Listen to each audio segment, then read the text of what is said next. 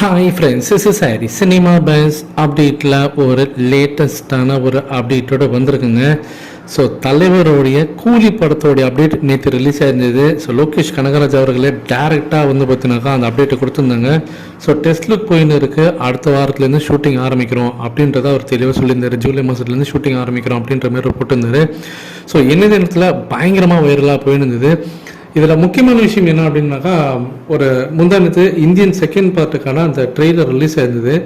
அது எந்த அளவுக்கு ஒரு தாக்கம் இருந்ததோ அதை விட பயங்கரமான ஒரு தாக்கத்தை இந்த ஜஸ்ட் ஒரே ஒரு போஸ்டர் பார்த்தினாக்கா ஏற்படுத்தியிருக்கு அப்படி தான் சொல்லணும். ஸோ இந்தியன் செகண்ட் பார்ட்டோடைய டாக்ஸே பார்த்தினாக்கா அப்படியே இது டாமினேட் பண்ணி இது மேலே வந்துருச்சு அப்படி தான் சொல்லுவேன் ஜஸ்ட் கொஞ்ச நேரத்தில். ஸோ யாருமே இப்போ இந்தியன் செகண்ட் பார்ட்டை பற்றி பெருசாக பேச மாட்டாங்க, ஃபுல் அண்ட் ஃபுல் கூலி படத்தை பற்றி பேச ஆரம்பிச்சிட்டாங்க. பெரிய பெரிய ப்ளூடெக் ஐடிஸ்லாம் பார்த்தினாக்கா இதை தான் வந்து பயங்கரமாக பேசினாங்க, அதை நம்மளால் பார்க்க முடியுது. இந்த நிலையில தான் இந்தியன் செகண்ட் பார்ட்டோடைய ஷூட்டிங் லொக்கேஷனில் ரஜினி சார் பார்த்தினாக்கா கமல்ஹாசன் அவர்கள் கூட இருக்கக்கூடிய ஒரு புகைப்படம் ரிலீஸ் ஆயிருந்தது.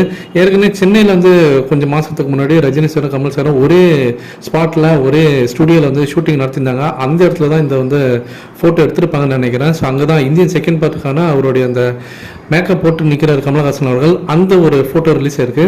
அது இல்லாமல் நேற்றுக்கு பார்த்தீங்கன்னாக்கா அந்த கூலி படத்துக்கான அந்த டெஸ்ட்டுக்கு போயின்னு இருக்கும்போது அங்கே இருக்கக்கூடிய இந்த படத்துக்கான அந்த ஹேர் ஸ்டைலிஸ்ட் அவர் வந்து ரஜினி சார் கூட நின்று எடுத்துக்கிட்டு ஒரு ஃபோட்டோ ரிலீஸ் பண்ணிருக்காரு.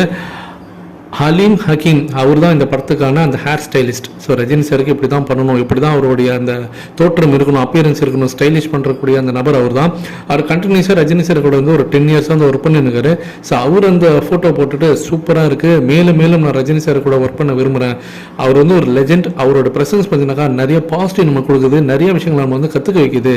ஸோ கண்டிப்பாக நான் வெயிட் பண்ணுறேன் அடுத்த படத்துக்காக அப்படின்ற மாதிரி இப்போவே பார்த்தீங்கன்னாக்கா அவர் வந்து ஒரு ட்வீட்டும் போட்டிருக்காரு.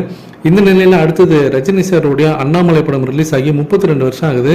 அதை கொண்டாடுற விதமாக 32 இயர்ஸ் ஆஃப் அண்ணாமலை அப்படின்ற ஹேஷ்டாக் பற்றினாக்கா இப்போ ஆன்லைன் சோஷியல் மீடியா ரொம்ப வைரலாக ட்ரெண்டிங் ஆகிருக்கு. இதை பற்றி உங்களுடைய கருத்துக்கள் என்ன அப்படின்றத மறக்காம கீழே சொல்லுங்க ஃப்ரெண்ட்ஸ்.